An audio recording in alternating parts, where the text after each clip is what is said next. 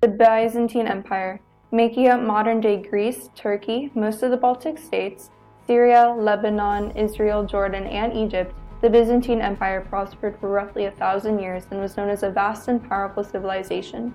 The word Byzantine comes from the name of an ancient Greek colony, Byzantium, founded by a man named Byzas. It was located on the European side of the Bosphorus Strait that links the Black Sea to the Mediterranean. Because of its ideal location, it was a trading hub between Europe and Asia. This was a part of the Roman Empire during this time, but after it was divided into two halves following the death of the Emperor Constantine. The eastern half flourished soon after, becoming known as the Byzantine Empire. Despite surviving centuries past the fall of Rome, this empire still used Roman laws and spoke Latin, with Greek being not uncommon. Daily life in the Byzantine Empire largely depended on one's birth and social status of one's parents. There were some opportunities for advancement based on education, which were rare for lower-class children as they would pursue their parents' profession, unlike the wealthy who had access to higher education and mentors. Work was very important in order to produce or buy food, which was most people's preoccupation.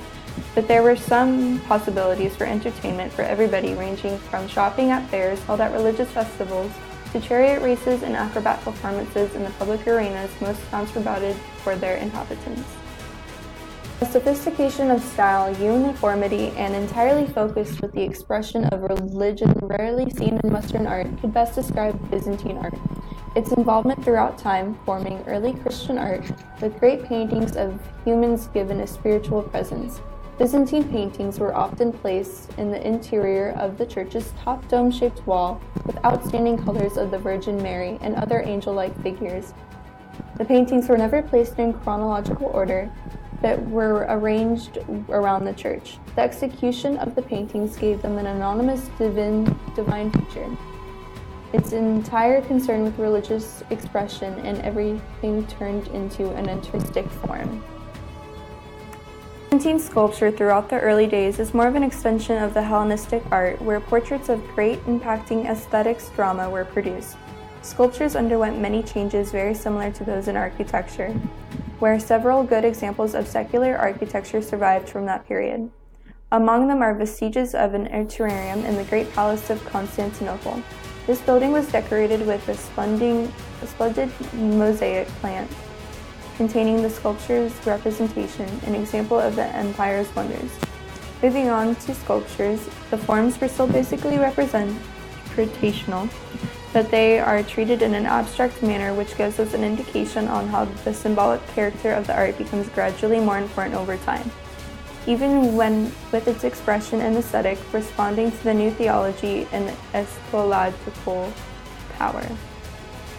In these times, religion was literally the central aspect of these people's lives. The Council of Chalcedon in 451 officially established the division of the Christian world into 5 patriarchies, each ruled by a patriarch: Rome, Constantinople, Alexandria, Antioch, and Jerusalem.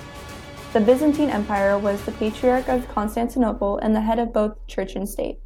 The Islamic Empire soon took over Alexandria, Antioch, and Jerusalem in the 7th century, but the Byzantine Empire would still be the spiritual leader of the Eastern Christians. Islam, founded by the Prophet Muhammad in Mecca, soon began to set their sights on the Byzantine Empire and eventually lost Syria and many other territories to Islamic forces, ending what was a more tolerant religious relationship. Hagia Sophia is one of the first masterpieces in Byzantine architecture. This church was first constructed in 532 to 537 AD. It was mainly made out of ashlar, which is a type of stone brick, and finished at about 180 feet tall. The church originally was constructed in a normal rectangular format, but was later converted into a square one. The architects had crowned the building with a massive dome. The dome was constructed out of hollow bricks made from clay. There are many windows at the base of the dome so that lots of light could flood through. This is a good example of Gothic architecture at the time because many windows had been used for a lot of new structured buildings at the time. The light in many Gothic architecture was represented as God's light, and it was very important for the Hagia Sophia to have entryways for the light to be seen. When the light reflected on the inside of the church, the interiors glistened, revealing the beauty of the fragile gold mosaic tiles. Many of these mosaic tiles on the interior of the church represented Christian figurines and scenes.